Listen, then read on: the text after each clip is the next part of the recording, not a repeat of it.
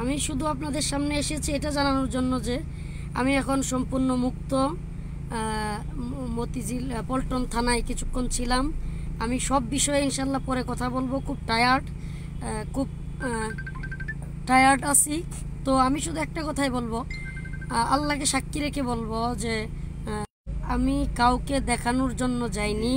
আমার ইসলামী মূল্যবোধ থেকে যে মোদি বাংলাদেশে আসবে, তাকে লাল গালিচা সংবর্ধনা দেওয়া হবে, তাকে লাল গোলাপের শুভেচ্ছা দেওয়া হবে, এগুলো দেখতে একটা মুসলমান হিসেবে আমি আজকে আমার নিজের মাদ্রাসার মাহফিল, গাজীপুরে আমার যে মাদ্রাসা আছে ওয়ারলেস গেট, ওখানে আমার মাদ্রাসার মাহফিল, অনেক মেহমানরা আছেন, যে কারণে আমি গাড়ি নিয়ে মতিঝিল থানা থেকে মাদ্রাসার দিকে যাচ্ছি।